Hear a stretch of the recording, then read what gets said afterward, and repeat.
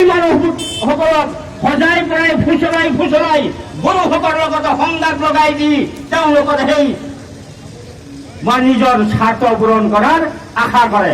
মই অনুৰোধ কৰিছো আপোনালোকে এই মুছলমান সম্প্ৰদায়ৰ লোকসকলক ফুচলাই বলিৰ পঠা বনাবলৈ মই নবনাবলৈ অনুৰোধ জনাইছো। বন্ধুসকল, মই ক'ব বিচাৰিছো আজি আমি বড়ো ভূমিত জনম হৈছো। আজিৰ সদনৰ বাহিৰত যদি কোনোবাই দোকানৰ পোহৰত গছৰ তলত যদি কোনোবাই অনাবড়ো লোক আছে তেওঁলোকক লৈ মই অনুৰোধ জনাব বিচাৰিছো আমি বড়ো ভূমিত জনম হৈছো আৰু বড়ো ভূমিত মৰি যাম, কিন্তু মৰিলেও আমি বড়োসকলৰ লগত, বাচিলেও আমি বড়োসকলৰ লগত।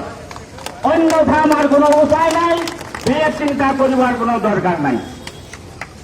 মই এইখিনিতে কৈ আজিৰ খবৰ এই চমু বক্তব্য মই সামৰিছো। ধন্যবাদ।